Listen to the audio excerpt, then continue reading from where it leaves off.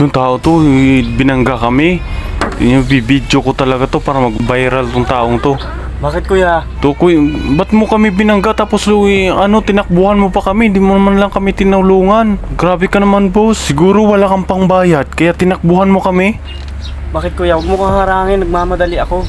Ano nagmamadali boss, binangga mo nga kami, di ba? Kita mo ba yun oh? Ang laki ng Bakit kuya? Bago ba yung kotse namin. mo? O lumang-luma na nga yung kotse mo, hindi na nga yan siguro naandar. Ay grabe, nang Tingnan mo lait yung pa kotse ko, talaga. bagong-bago pa. Oh, wala na nga ano to. Punit na nga yung upuan nito, kaya sa sobrang bago, kinis-kinis pa. Ikaw na nga nakabangga tapos ikaw pa yung may ganang magalit. Hindi ko kasalanan yung kuya. Nagmamadali ako, huwag mo akong abalahin. Ang pangit-pangit mo na nga. Hala, grabe ka naman mukhang panglait. Ikaw na nga nakabangga. Sama ng ugali. Nagmamadali nga ako kuya. Luma nga yung kotse mo. Bakit ka nagbibideo? Bago ba yung cellphone mo? Wala ka na dun boss kung bago o luma tong cellphone ko. Ang point ko dito, bayaran mo na yung na-damage o iswap mo yung sasakyan namin sa asawa mo. Gag.